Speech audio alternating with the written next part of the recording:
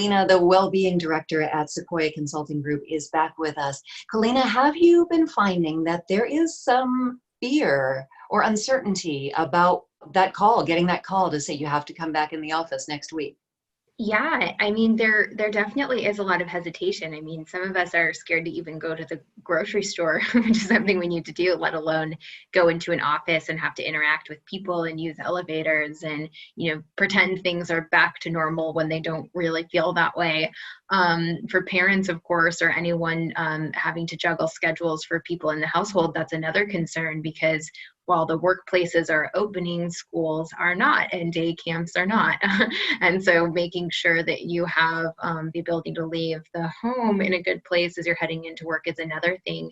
I think, the hardest part about the pandemic for a lot of people has just been that there is no end date. So we have a lot of employers that are, inquiring about safety best practices of temperature checks, redesigning the office to be safer, having various shift days and things like that. But I think that something that's really important is, when we think about the mental health side of all of this, is really just meeting employees where they are, engaging them through surveys and allowing people the choice to go back. I think if we have a little certainty that some people are going to have the chance to go back in waves or at least kind of test it out before they decide that they want to commit to that.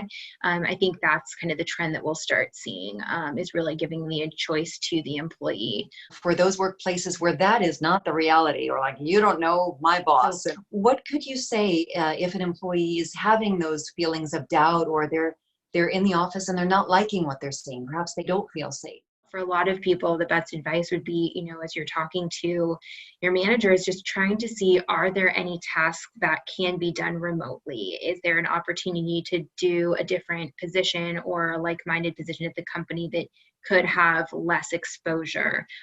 Just even asking, what are the protocols, what are the standards that have been set up, having the opportunity to see if you can go to the office, feel that it's a safe work environment, and then know that in the case that it's not, have the ability to discuss and talk about some of the improvements. There's not really a playbook for this right now, and a best way to go about it. But I think in the same way that we're always told if something makes you uncomfortable in the workplace in any capacity, have the ability to speak up.